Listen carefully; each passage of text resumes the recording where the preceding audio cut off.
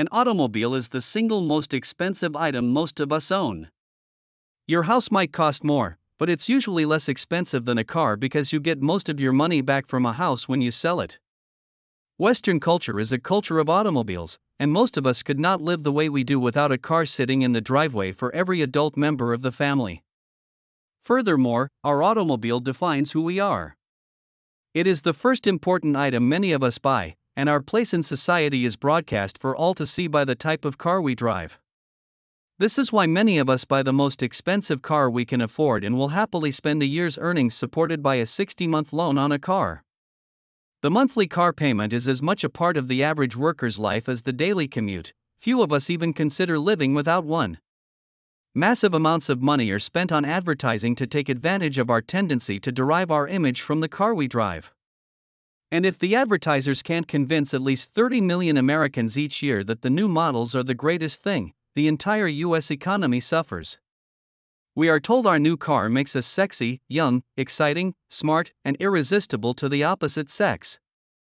There is nothing wrong with the one-sided importance of automobiles in our society, and it is one of the most important things that makes life as we know it possible. However, if you plan to lead a minimalist life, turning your back on the car culture is one of the first things you must do. If you want to be a minimalist, you have to stop looking at cars as status symbols and start looking at them as a convenient way to get around town. Minimalists think of cars as mechanical devices for getting from one place to another in reasonable safety and comfort, nothing more. They don't care at all about what the car looks like. This is a very dangerous attitude. If everyone thought this way, it would lead to the downfall of the automobile industry, the closing of factories around the world, massive layoffs, and worldwide unemployment. But don't worry, the economies of the world are safe. The idea that the automobile is the source of all our well-being is so deep that only a few other minimalists like you and I are ever going to believe otherwise. Thousands of perfectly good old automobiles are on the market for a few hundred to a few $1,000s. Look for a basic model that is in great condition, 6 to 10 years old, but one you still see on the road. For the most part, a car is in good condition if it appears in good condition, but have a trusted mechanic check it out for you. Most 6-year-old cars no longer have any prestige value, and you may have difficulties finding parts and service for those over 10 years old.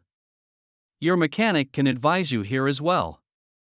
Basic models are much more likely to be cheap and easy to repair because they don't have as much stuff to break. The fact that you see a lot of popular models on the road is testimony to reliability and sound construction. If the car is a strange color and has a few dents, so much the better. But keep away from rust, like a kid runs from boiled cabbage. If you buy a perfectly good old car, you will save much more than the interest on the loan.